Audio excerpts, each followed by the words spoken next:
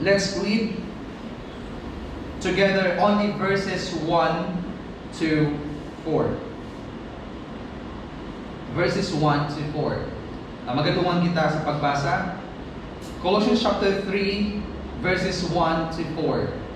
If then you have been raised with Christ, seek the things that are above, where Christ is, seated at the right hand of God. Set your minds on things that are above, not on things that are on earth. For you have died, and your life is hidden in Christ. When Christ, who is your life, appears, then you also will appear with Him in glory. Let's pray. Heavenly Father, we thank you for bringing us together today and for the blessing of your word. Lord, open our hearts and our minds so we may truly understand your word and allow it to change our lives. Help us see the importance of us setting our priorities on heavenly things rather than earthly ones. Give us the strength to turn away from what belongs to our old nature. Instead, clothe us with the character of Christ. We ask that you bless the preaching of the word today and use it to transform us so that we may live the risen life in Christ. In Jesus' name, Amen. So magpupok kita ng trio.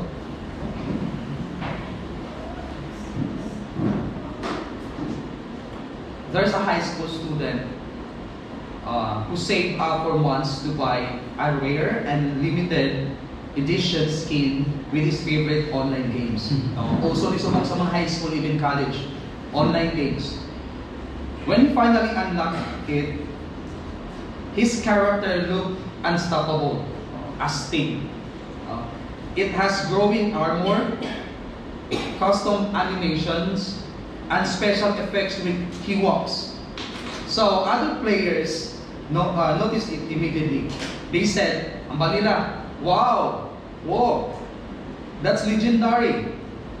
Bro, must be elite.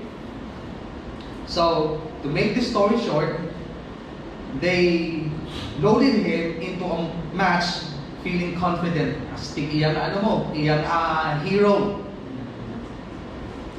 But within minutes, he was eliminated again and again and again. So, ang isa ka friend, upo sa sampang, finally someone messaged him, cool skin, but do you know how to play? Brothers and sisters in Christ, the skin changed its appearance, but it didn't change his reflexes. It didn't change his strategy, and it didn't change his instinct. Guwak lang na niya, design lang na, but his skill, ang inwards na wala nagbago. Design lang sa guwak. Some people put on what we call Christian skin. Christian, they updated their vocabulary. That's okay. They say, I'm blessed, and they post Bible verses online. They lift their hands during worship service and they know when to say Amen. Okay na sa, but hindi lang dapat pangguwa. From outside, it looks legendary. But Monday to Friday reveals the truth of who we really are and how we act outside the church. Anger still controls us. Pride still drives us. Impurity still tempts us. Bitterness still lingers on us. We look upgraded, but we're still playing with old instinct. Paul isn't talking about cosmetic Christianity. He is not calling us to spiritual accessories. He is calling us to transformation. In our passage today, Paul says something radical. We don't just accessorize our old life. No, ano pala? Butangan mo lang ng decorating. No? That's baka guwapa. We don't just accessorize our old life, but we bury it. Ilubong. Paul says, you died. you were raised with Christ, and your life is now hidden with Him. So, live like it. Verse 1. Open your Bible. Verse 1. Paul says, you have been raised with Christ. Paul is reminding us of the incredible privilege we have in sharing in Christ's resurrection. Because si Christ nag-resurrect, grabe ang privilege sa atin. We participate in its blessing. We declared righteous. We are set apart for God. And we have given certain hope for the future glory. Because we have been raised with Christ. You have been raised with Christ. The question is this: how should we live each day in response to the amazing gift of being raised to new life with Christ? Ano ang atong response sa sina nga privilege nga ginhatag sang Dios sa aton? Christ gives us new life. The first answer is this: we must seek and set our minds on things above. In verses 1 to 4. Seek means our passion, our desire. Set means our focus is on the things that are above. Verses 1 to 2. Seek the things that are above. Set your minds on things that are above. Apostle Paul directs our minds toward heaven and urges us to actively seek and set our minds on the things that are above. Apostle Paul gives us two commands in verses 1 and 2. The first command is the word seek. It is in part imperative. What does it mean? It means to direct, means to desire, to search for. Morgan says the word seek marks aspiration, desire, and passion. Means to seek means to aim for it, to becomes it becomes your goal. It also genuinely want it, not just think about it, and you pursue it with energy and commitment. Paul says, seek those things that are above. He's not telling us to occasionally think about heaven. He is calling us to make heavenly things our priority and pursuit. Our priority and pursuit. That's why hambal dira sa verse 2, not on things that are on earth, but heavenly things. And the second command is this: what does it mean to set our minds on things that are above? It means to direct our mind to, or focus. Do kayo lang ba, gusto mo maging healthy, you want to be healthy, you want to lose weight, gusto mo magpaniwang.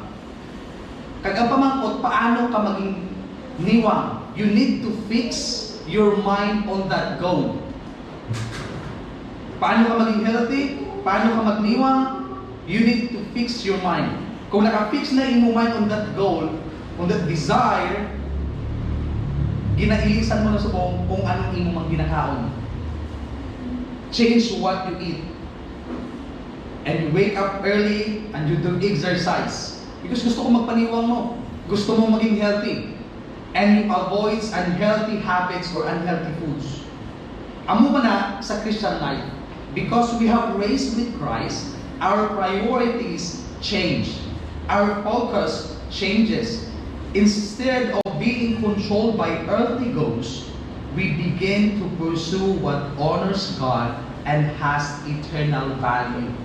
Sus niya kalibutan, bayaan tanin di tanan niya. Anong aras aton subong bayaan tanin tanan. That's why we should begin to pursue what honors God and has eternal value. The question is, what are the heavenly things that our minds need to focus on? Apostle Paul says, seek the things that are above. Set your mind on things that are above. What are those? The first one is this, Christ Himself, according to verse 1. Where Christ is. Our primary focus is not a place. Nga ang tawag heaven, heaven. Because Christ is there. Because God is there. The most important is not the place. The most important is the person. That's why our primary focus is not a place, but a person, Jesus Christ. We should focus on His character. Kung sino gibala si Christ, His holiness, His mercy, His love, His kindness, His character. Not only His character, His finished work. Christ died for us. Heavenly focus begins with Christ. The second one is this, Christ's rule and authority. Verse 1, seated at the right hand of God. It speaks of Christ's victory, kingship, Christ the King of kings and the Lord of lords, Christ's intercession. He is our great high priest and sovereign power. Christ is the sustainer, the creator, the sustainer of all things. He's sovereign. And this truth encourages us to live in awareness that Christ reigns now. Not just in the future. Verse 3, the third one, believer security. Your life is hidden with Christ in God. The word hidden is not in the sense that wala tayo kabalo, pagkintago mo. Not in the sense that we know nothing about it. But hidden in the sense that it is safe and secure. Our life is hidden with Christ. Our eternal life is safe and secure. Ang gingamit sinidiri nga word is, the language here reflects the image of a treasure carefully hidden in a secure place. Eternal life is an invaluable jewel, means extremely valuable, priceless, so important that its worth cannot be measured. Ang ini nga importante na invaluable jewel, this eternal life, kept in a holy care of our Redeemer, who is now in the presence of God, hidden with Christ in God. That's why our eternal life is secured because of Christ. Believers' future glory. Verse 4, you also will appear with Him in glory. We're not just see Christ's glory kung magabalik siya, but we also will appear with Him in glory. According to Romans 8:19, for the creations waits with eager longing for the revealing of the sons of God. Ay pagin nga verse, Thessalonians chapter 4 verses 16 to 17. For the Lord Himself will descend from heaven with a cry of command, with the voice of an archangel, and with the sound of the trumpet of God, and the dead in Christ will rise first. Then we who are alive, who were left, will be caught up together with them in the clouds to meet the Lord in the air. So we will always be with the Lord.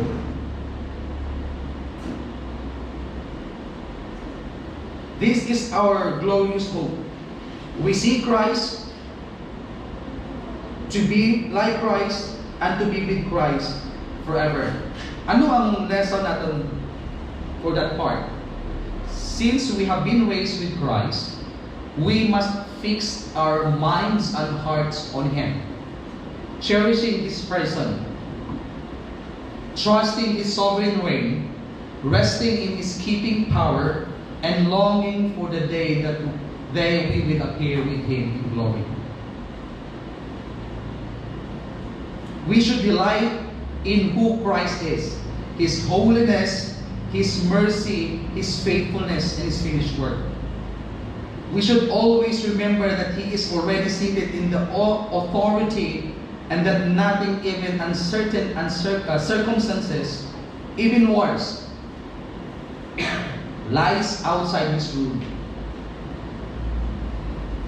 We should know that our lives are hidden with Christ. So, we should live in peace and confidence rather than fear. Grabe ng war subong.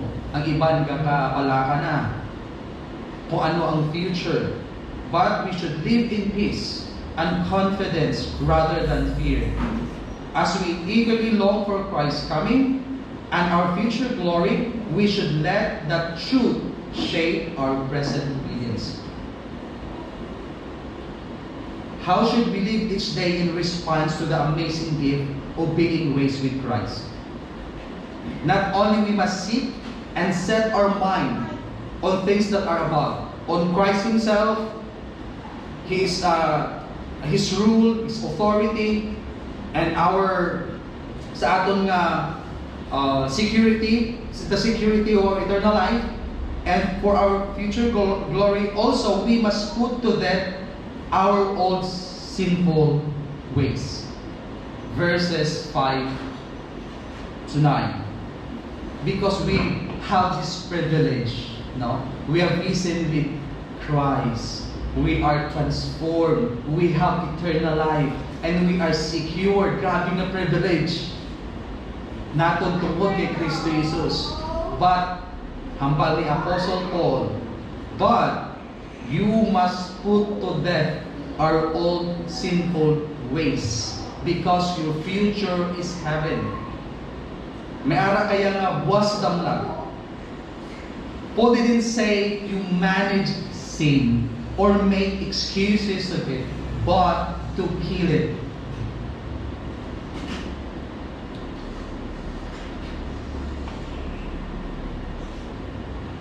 The word to kill or put to death is a very strong word. It suggests that we must not simply to suppress or control evil acts and attitude, but we are to wipe them away, completely exterminate the old way of life. Hambal ni MacArthur, John MacArthur, to put to death is to slay utterly. To regard as dead, it is not enough to weaken sin or restrain it. It must be put to death completely. MacArthur highlights the total execution of sin, not partial. Not a partial before, but total execution. Because hambal na put to death is sa Greek na kill it. Why do we need to kill sin? Because it belongs to our old earthly nature. Put to death therefore what is earthly only. It belongs, pass na saya. Hindi na sa imo dapat. Then after that, Apostle Paul lists the sins we need to put to death. What are those? First is sexual immorality.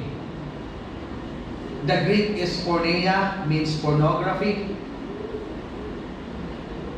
The meaning of this is all sexual activity outside God's design of marriage. Living together as a couple, these are the example. Living together as a couple without marriage and engaging in sexual relationship. Or watching pornography. That is sexual immorality. Or engaging in sexually explicit online conversation that stirs sexual desire outside the marital relationship. Or a married person flirting or having a sexual relationship with someone who is not his or her spouse.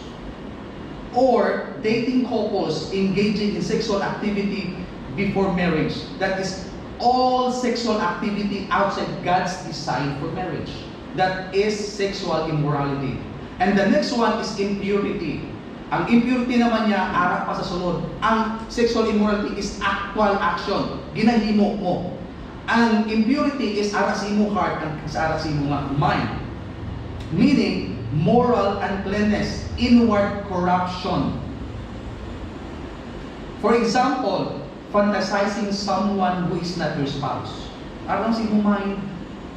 Amo na gani hambal ni Jesus, sa una-una mo pa lang, nakasala ka na. Allowing your mind to dwell in immoral thoughts. seeing others as objects of sexual pleasure rather than as people created in God's image. Amo nang gusto sa Dios sa aton. Tulokon ta ang tao, gi-create na sa Dios, palangga na sa Dios, that for God's glory, and that they are created for God's own image, not for your own pleasure. The different sexual immorality is sinful act. Impurity is the polluted heart and minds that produce the act. And the third one is passion. Passion is refers to uncontrolled, lustful desire. Daw may ara ka na desire sa imong heart and mind, daw gingatungan mo pa. Ginbutangan mo pa sang gas, ginbutangan mo sang ginkalayuhan mo pa. An overpowering sinful craving in which intense emotions dominate a person and drive them towards sin. For example, someone becomes intensely attracted to a co-worker or a friend and allows that emotional desire to grow. May ara ka na nga daw lain nga una-una sa iya, gingatungan mo pa, allows that emotional desire to grow, leading to flirting. Pag mag-flirt na, nagsulod na ang secret conversation, message na kamangaluwa. Then, ara ng inappropriate closeness. Impurity is polluted heart and minds. Why?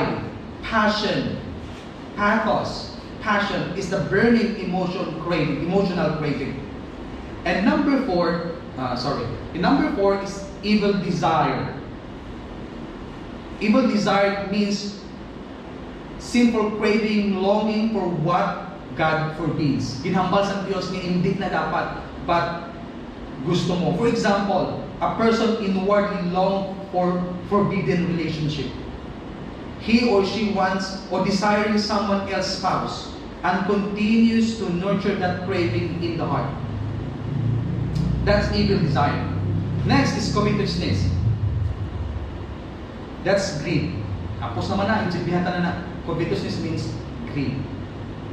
The question is, what is the connection between sexual immorality, impurity, passion, evil desire sa greed? Kaya sulod na rin ni Apostle Paul, ari mga lustful desire dito, tapos ginsputan niya ang greed, covetousness. And why it is called idolatry. Sexual immorality, impurity, passion, evil desire describe the different expression of sinful lust. But covetousness explain the heart attitude driving them. Ang nag-drive na sa ila tanan ang ilang mga sins is covetousness, greed. It is self-centered craving that say, I want this, even if God says no. Those are greeds. Kaya dito yung imo mo, gusto mo maging imo. In sexual sin, a person is essentially coveting someone who does not belong to him or her, instead of being satisfied with God's design. His and her heart greedily seek more pleasure, more excitement, or someone else's body.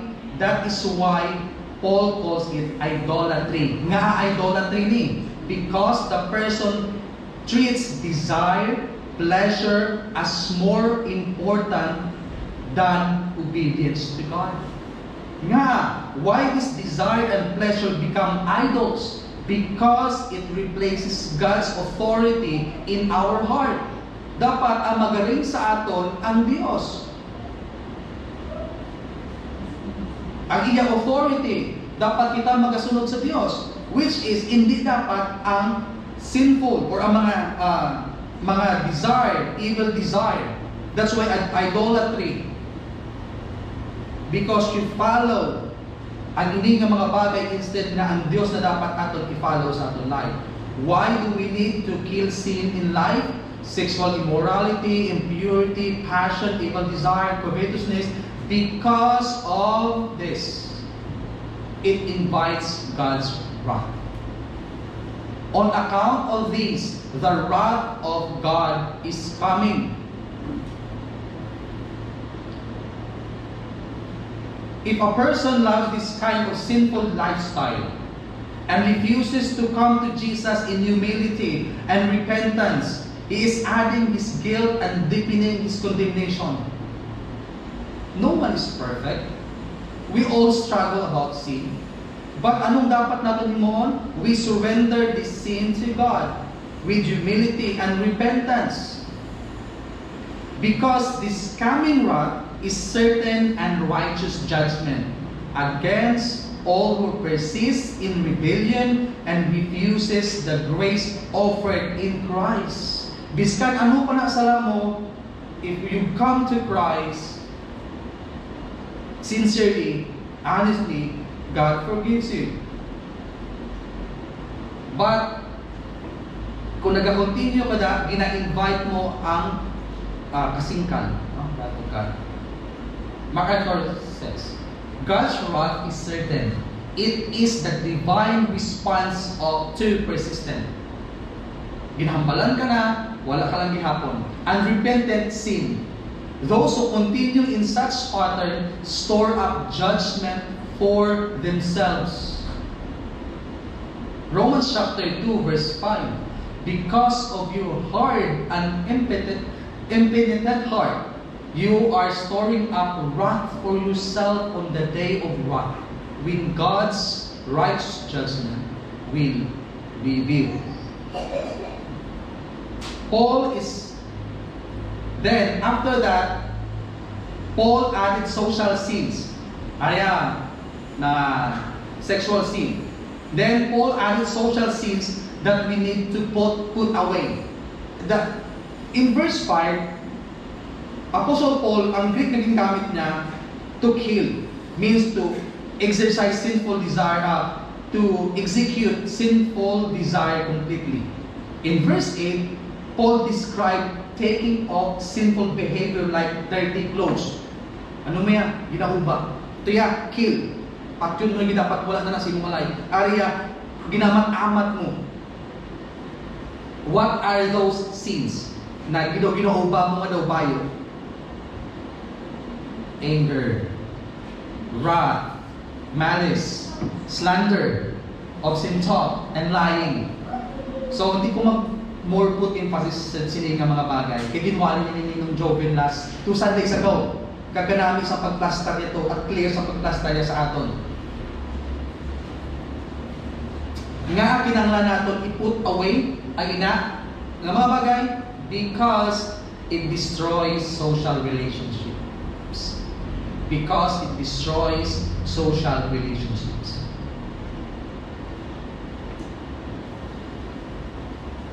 First, anger. Said, but now you must put them away, all away. Okay, not isa lang, but all away. Anger, wrath, so on and so forth. The word anger is internal attitude. There's a good anger, and may distorted anger. We discussed in Joven last time. Good anger like this. For example, teacher ka, may nakita ka, you are a teacher, and nakita ka sa isang bata, gaging bully. You feel anger because sa ginatawag natin nga injustice, no? Unjust nga lahat tabok. What you do is to correct that ka ang nagbully, i-correct mo in a loving, in a good way. But ang distorted anger is like this. Sometimes nakabati ka, you hear something word nga naka-ego sa imo nga ego, sa imo nga pride. What's your response? Na-irritate ka, nangaking ka. That's bad. A distorted anger. Because sinful anger centers on self, hurt pride, and personal desire or emotional reaction.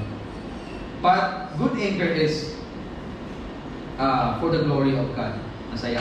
So, naintindihan na naman na anong difference ng good anger and distorted anger.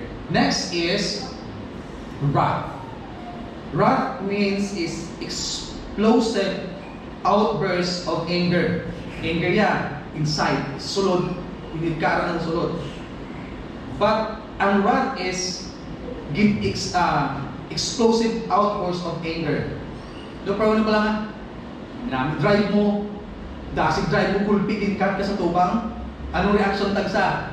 Ginasinggitan mo, ginbuyayaw mo, wrath. And next is malice. It means an intent to harm.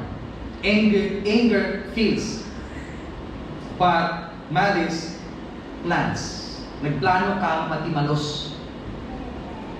So, anger, you feel, and wrath, nag-explode ang ina na anger. Malice is, andaman mo lang. Nagahimo ka na sa plano na makapanimalos ka. That's malice. Next one is slander. Slander is, it means speaking evil of someone. It is attacking someone's name or reputation. Though, o sa aton pa pala, pangita-ngita kampi, kadto ka to sa imo isa ka friend, kay i-chismis mo isa mo ka friend, ang isa ka story, exaggerate mo, nga paburo sa imo, nga ang tulog sa ibang nga tao, negative na sa. Example, a friend hurts you. So you tell people exaggerated or false stories to make him or her look bad. That slander. Next is obscene talk from your mouth or filthy communication. It means shameful or degrading speech. It is a speech that is sexually crude or vulgar. Discuss na yung Joven last time. Or any word that degrades others.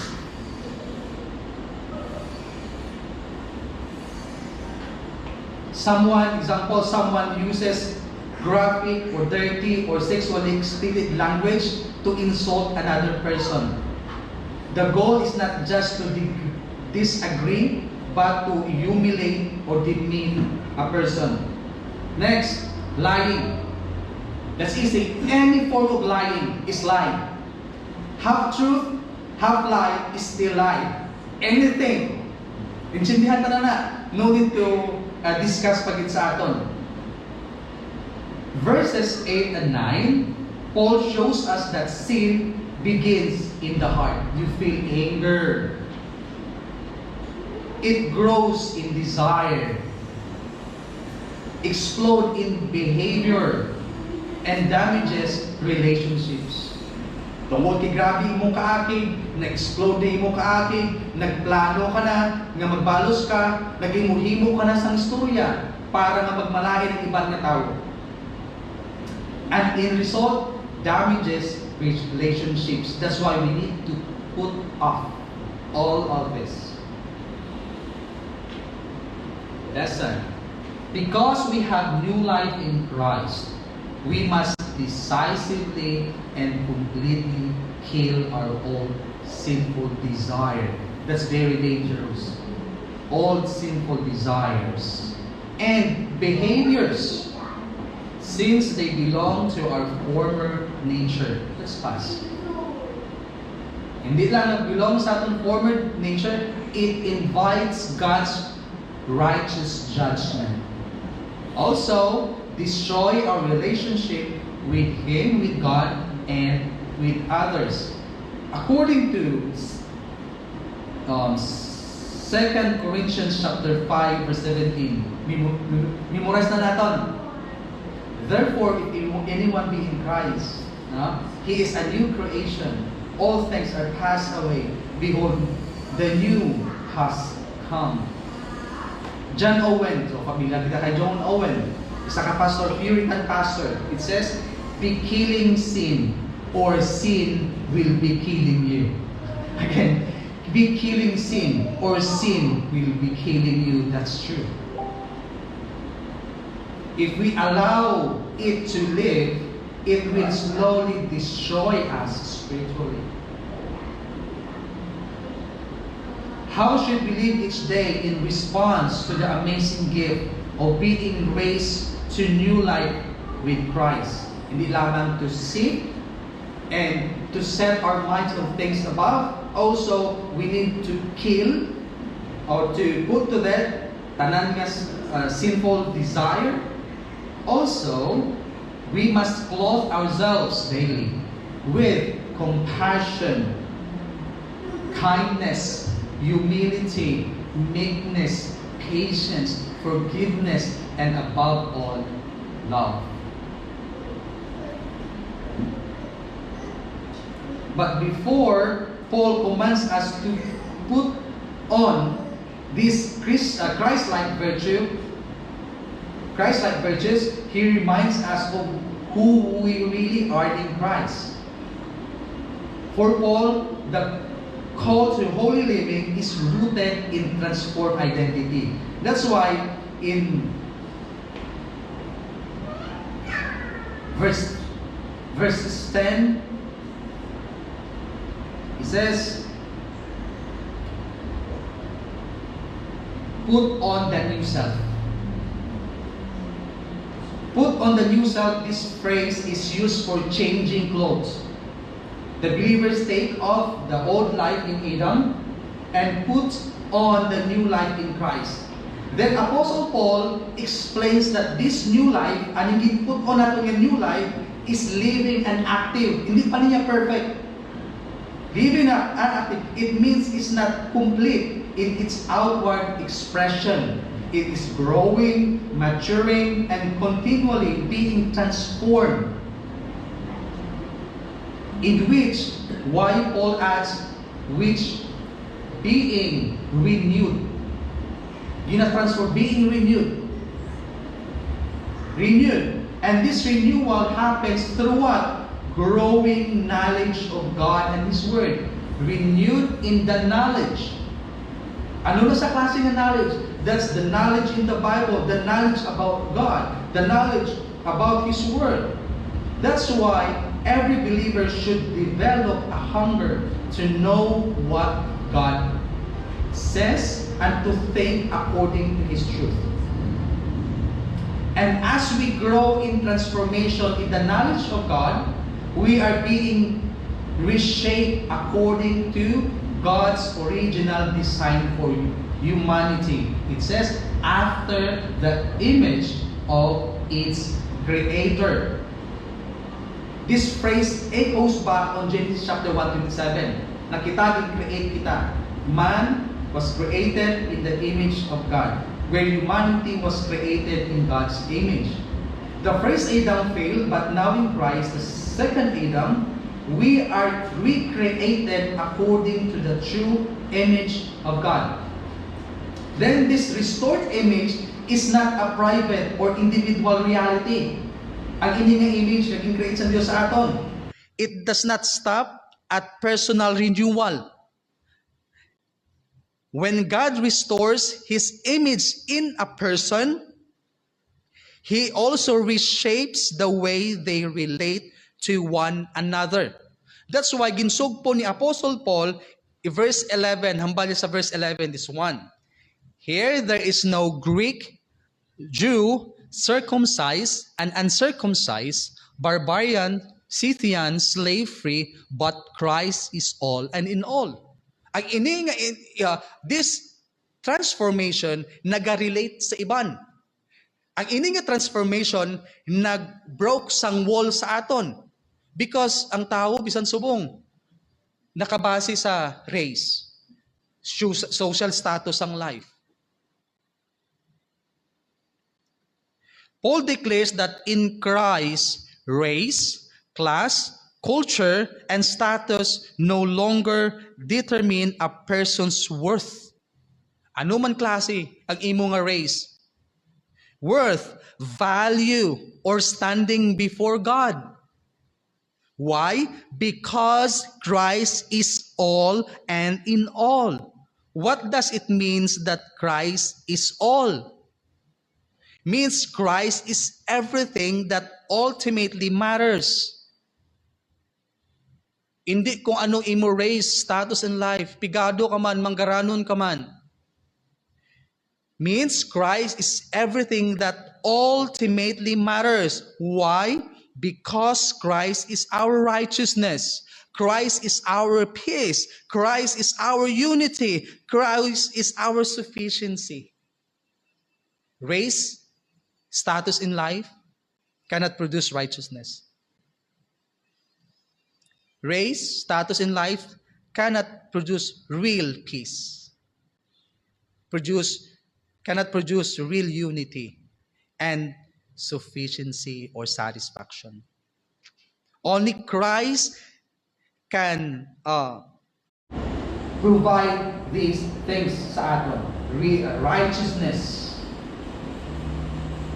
peace, unity, and sufficiency.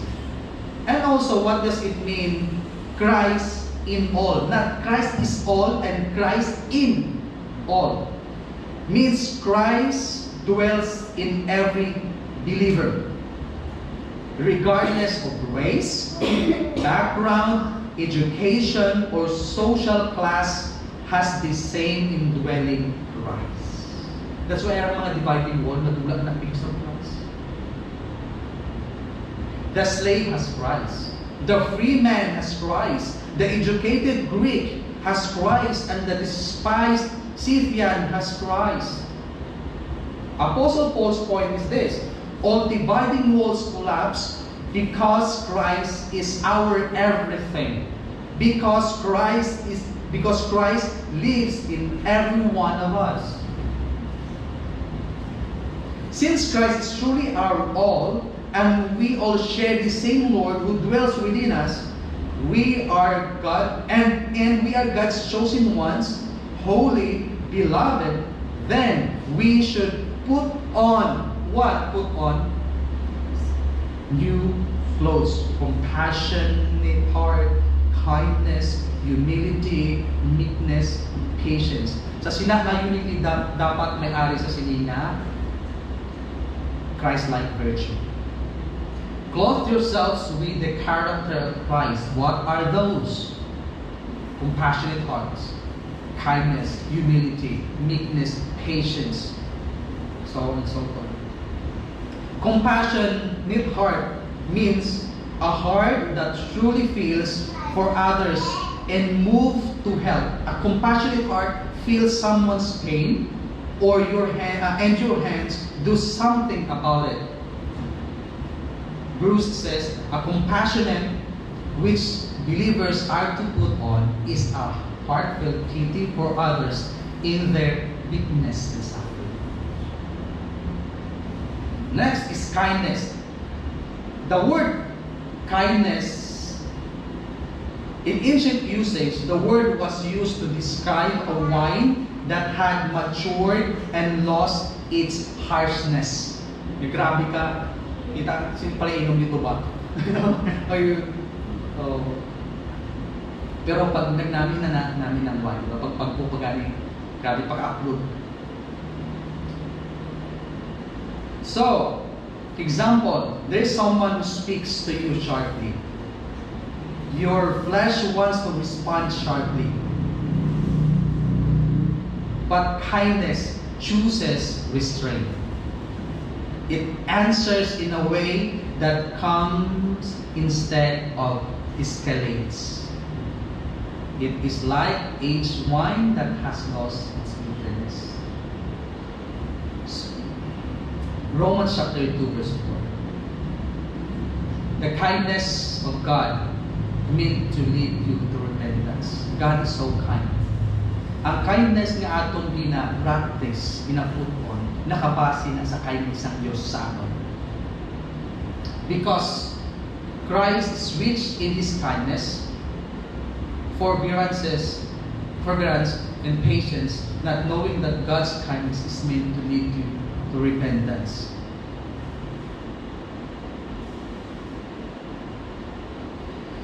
This gentle or kindness, tender spirit that actively seek the good of others, treating them with the same graciousness or kindness God has shown to us.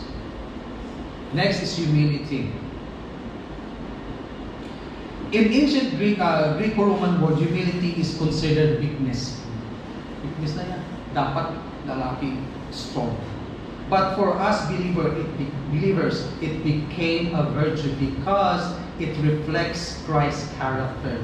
Look at Christ in Philippians chapter 2, verse 3 to 8. Do nothing from selfish ambition or deceit, but in humility count others more significant than yourselves.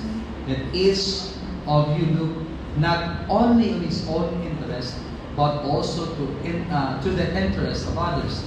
Have this mind among yourselves, which is yours in Christ Jesus, who thought, although he was in the form of God, did not count equally with God a thing to be grasped, but emptied himself by taking the form of a servant, being born in the likeness of man, and being found in human form, he humbled himself by becoming obedient to the point of death. Ano klaseng nga death? Pinakakahuluyanan nga death.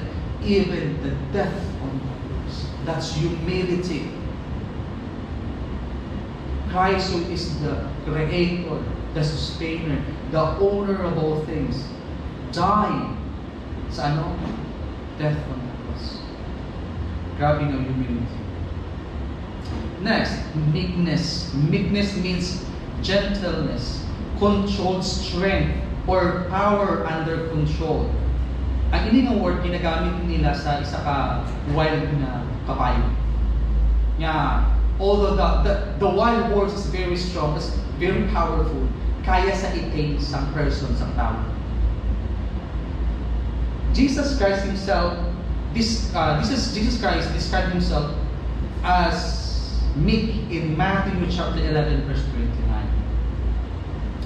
When he was insulted and falsely accused, he did not retaliate. He had all the power, powerful Christ. He has all the power, yet he restrained it. This is the highest picture of meekness. Ultimate, unlimited power, perfectly controlled by love. Christ is meek. That's meekness. Meekness is the ability to respond gently when you have the power to respond harshly. Then patience. The word patience means long-suffering, slow to anger, enduring provocation without retaliation. That's easy to understand. Means long-tempered. Pasensya, pasensyoso, pasensyosa. Hindi lang jutay tingki, ano dayon. Actually, before that, grabing struggle ko for that. And even now, sometimes. Patience, grabe no? Labi na ako maigo ang imong igo. Patience means bearing with difficult people or situations without losing your temper or giving up. Next is forgiveness. What we can see in this verse is the word forgiveness is patterned on Christ's forgiveness. As the Lord has forgiven you, so you also must forgive. It must, sabi na, must forgive. Means, Jesus teaches us that since God forgives us greatly, we must also forgive others wholeheartedly. So, Apostle Paul naman po sa, Lord Jesus, kabilangin ko pala magpatawad. Peter asked how many times he should forgive someone who sins against him. Jesus replied, not 7 times, but 77 times. Meaning, forgiveness should be limitless. Kung sa magpatawad sa mga tao na di tapos patawarin. But we should always remember that God forgives us knowing that we fail again and again and again. According to John 1:9, if we confess our sins, He is faithful and just to forgive us our sins. And, hindi lang forgive, cleanse us from all unrighteousness. God knows nga mapasaway tayo kami, but God always forgive. But hindi natin pag-abusuhon ang forgiveness ng Diyos because, bato sa previous verses, the wrath of God, the righteous judgment.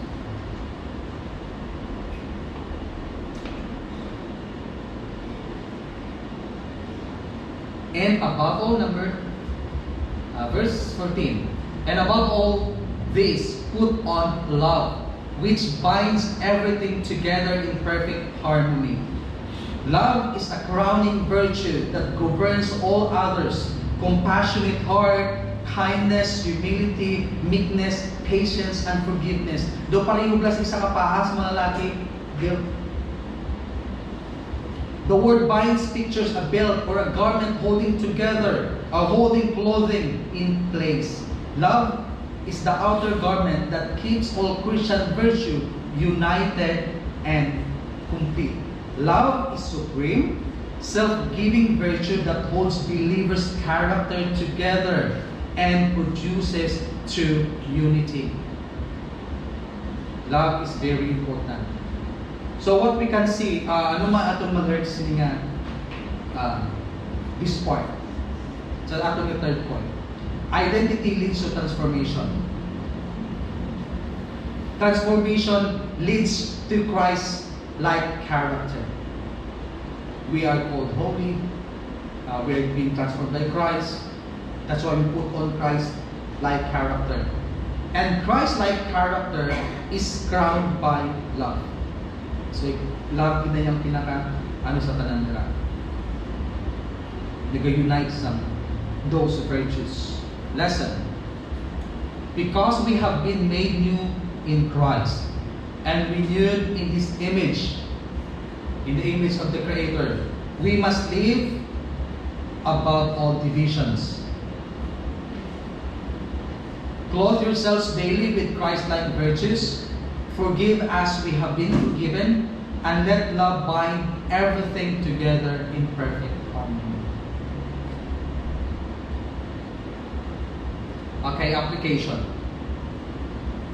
We should consciously live as risen people by starting each day fixing our hearts and minds on Christ, on the person of Christ, on the character of Christ and His finished work, His holiness, His mercy, and intentionally putting to death any sinful attitude or habit that belongs to our old life, and deliberately clothing ourselves with compassion, kindness, humility, meekness, patience, and forgiveness, so that in our homes, workplaces, and in this church, love becomes the controlling force in every relationship. This means beginning each day by fixing our hearts and minds on Christ, on His character, His promises, and His sovereign rule, rather than on our worries and ambitions. Sometimes, pag mata natin, puno na ta sa kabalaka, worries in life. Dapat, pag mata mo pa lang, your focus is on Christ. Because, amunin lead sa imo throughout the day. If your mind, if hearts focus on Christ, amunin magapugong sa imo, nga hindi ka dasig mangakit. Amo ni pugong sa imo nga anger, sa imo nga wrath, sa imo ano pa na mga evil desires nga nagasulod sa imo nga mind. Because una pa lang, aga pa lang, ginsuksukan mo na imo nga self sang pangamuyo, sang pulong sa Dios nga nakafocus sa Kristo Jesus. Kag imo desires to please Him.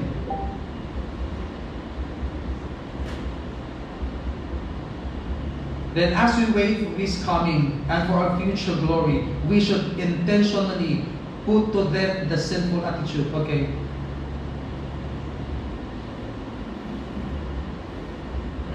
At the same time, we must deliberately clothe ourselves with Christ's virtue, compassionate, kindness, humility, meekness, patience, forgiveness. So that in our homes, our places, church, love becomes the guiding force in every relationship. Why are you compassionate? Because you love someone. Why you are so kind? Because of love. Why you practice humility? Because of love. Why you practice meekness? Although may power ka na to respond harshly, but you respond sa gitawag nga meekness because of love. Why you have patience for your kids, for your wife, for your husbands, and for your co-workers, for your students? Because of love. Why you forgive? Sa mga tao na hindi matapos patawaron, nga asa subong dawara pasaw, wala mo sa tigpusoon mo. Why you forgive? Because of love. Because we have been forgiven. That's why we forgive. So, let's pray. Gracious and loving Heavenly Father, help us not to be hearers of your word only, but doers as well. Father, we confess that it is not always easy to turn away from our old ways, but we ask for your help. By your grace, give us strength to put to death what belongs to our old life, such as anger, pride, selfishness, and anything that does not belong to you. Father, teach us to intentionally put on new self each day. Help us to clothe ourselves with compassion, kindness, humility, gentleness, patience in our homes, in our workplaces, and in our relationship with others. When we face situations that test our character, remind us of your word and give us the wisdom to respond in the way that reflects Christ. Father, we rely on your Spirit to guide us, strengthen us, and give us the grace today in raising life that you have given us today. We surrender ourselves to you and commit to walking in obedience to your word. In Jesus' name we pray. Amen.